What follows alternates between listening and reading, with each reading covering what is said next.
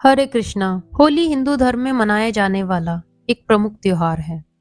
इसे फागुन मास की पूर्णिमा को मनाया जाता है और इसके अगले दिन रंग गुलाल की होली होती है।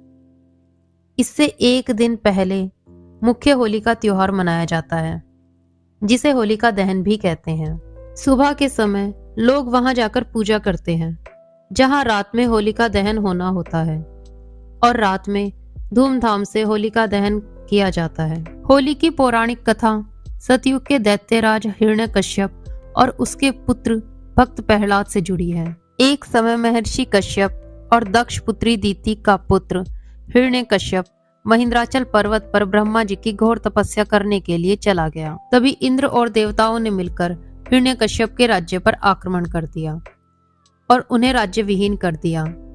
दैत्य इस युद्ध में पराजित हो गए और पाताल लोक में जाकर छिप गए। इंद्र हिरण्यकश्यप की पत्नी कयादु को बंदी बनाकर अपने साथ ले जाने लगे। तभी रास्ते में देवऋषि नारद से भेंट हुई। तब देवऋषि नारद ने कहा कि कयादु के गर्भ में पल रहा शिशु आगे चलकर भगवान विष्णु का परम भक्त बनेगा। इसे मारना तुम्हारे लिए संभव नहीं होगा, अतः कयादु को छोड़ दो। नारद जी की बात का मान रखते हुए इंद्र ने कयादु को छोड़ दिया। नारद जी कयादु को अपने आश्रम में ले आए और कयादु से कहा, पुत्री, जब तक तुम्हारा पति हिरण्यकश्यप अपनी तपस्या पूरी करके आए, तुम यहाँ आराम से रहो। कयादु आश्रम में नारद जी के सुंदर वचनों का लाभ लेती और सुखपूर्वक रहती, जिसका गर्भ में पल रहे शिशु पर गहरा प्रभाव पड़ा।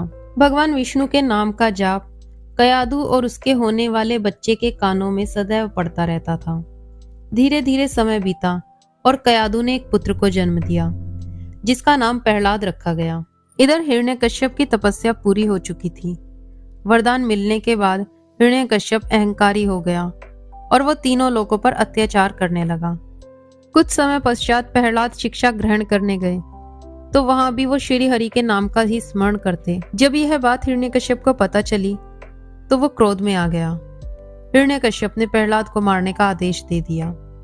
सैनिकों ने प्रहलाद को अनेक प्रकार से मारने का प्रयत्न किया, परंतु सभी प्रयास श्री हरि की कृपा से असफल हो जाते। हिरण्यकश्यप ने प्रहलाद के हाथ पैर बांधकर समुद्र में फेंकवाया, विषैले सांपों से कटवाया, पर्वत शिखर से गिराया, पर भगवान विष्णु की कृपा से प्रहलाद को कुछ भी नहीं हुआ। विष का भोजन खाने पर भी प्रहलाद को कुछ नहीं हुआ।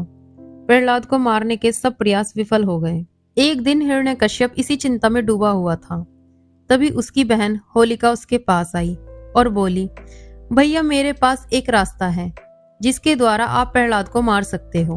भैया, आप तो जानते ही हो, मुझे भगवान ब्रह्मा से वरदान प्राप्त है कि अग्नि मेरा कुछ नहीं बिगाड़ सकती। यदि मैं प्रहलाद को अपनी गोद में बिठाकर अग्नि में बैठ जाऊं, अर्थात सैनिकों की सहायता से एक बड़ी जगह पर चिता जलाई जाए और मैं प्रहलाद को कसकर पकड़कर बैठ जाऊंगी, जिससे वो जलकर भस्म हो जाएगा और आपके मार्ग का कांटा भी साफ हो जाएगा। ये सुनकर हिरण्यकश्यप प्रसन्न हो गया और उसने सैनिकों को एक बड़ी चिता तैयार करने का आदेश दिया। सैनिकों ने विशाल लकड़ियां और घास इकट्ठी की और इसके बीचों बीच होलिका प्रहलाद को अपनी गोद में लेकर बैठ गई। इसके पश्चात चिता में आग लगा दी गई। आग लगते ही प्रहलाद हमेशा की तरह श्री हरि के नाम का जाप करने लगे। अग्नि उन तक पहुंचते ही होलिका का शरीर जलने लगा। वहीं प्रहलाद को कुछ नहीं हो रहा था, वो जाप कर रहे थे।